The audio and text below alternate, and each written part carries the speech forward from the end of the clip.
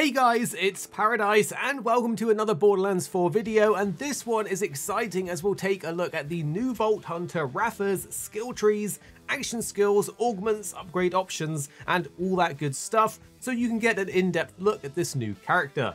Drop a like below if you enjoy this and comment any questions that you have for this new Vault Hunter, and thank you to 2K for inviting us to try out this preview of the game.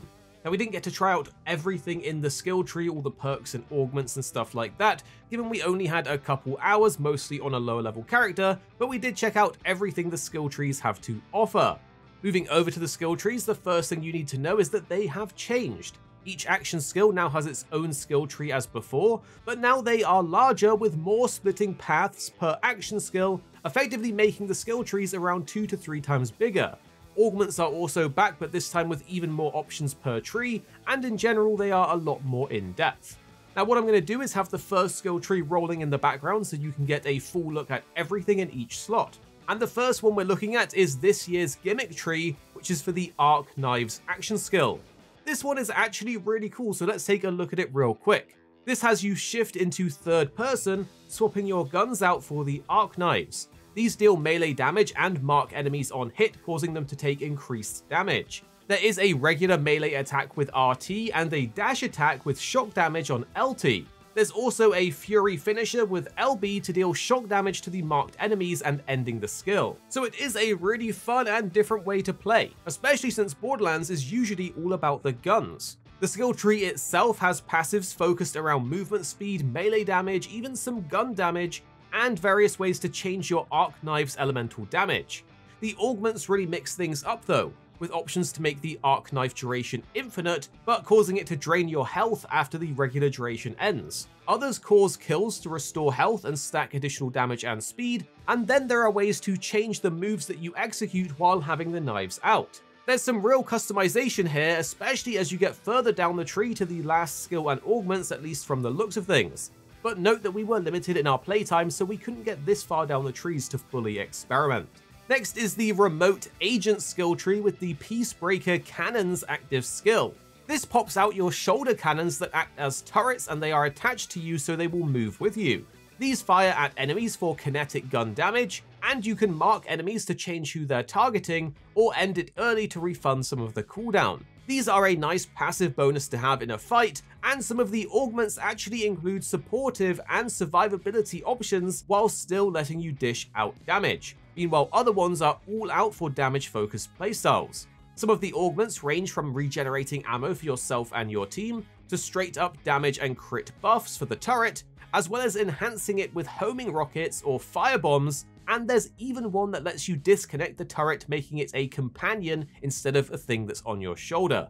There's a lot going on here between the passives and the range of the augments, making for some very interesting and diverse playstyles if you like playing with turrets. And next up is the People Person skill tree. This is one we didn't get to try out ourselves, but we can look at everything the skill tree has to offer. This one is a skill that equips you with an arm cannon that deals piercing shock ordnance blasts, but you can choose to fire the shots or charge it up for increased damage, projectile size and speed, but consuming more of your charges per hit.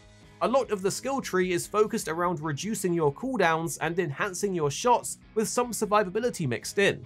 The augments offer a range of different tweaks and buffs to the cannon itself, with some massively enhancing criticals, others spawning grenades on your kills, and the final augments at the end completely change how the cannon functions. There's one for a laser beam, a corrosive blob launcher, and a taser variant, meaning you can get fully creative on what type of elemental damage you want to focus on dealing, and what type the actual gun itself becomes. So there you have it. We'll have more skill trees coming soon, as we did also get to try out the new Siren Vault Hunter in this preview, so share any questions or cool build possibilities that you're speculating down below, and for now I'll leave you with a little peek at some of these new action skills with some gameplay.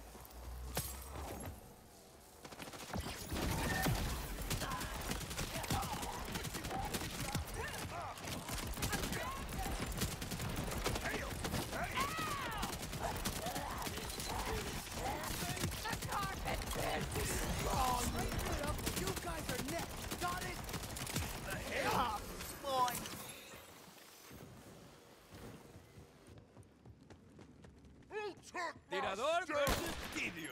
Let's go.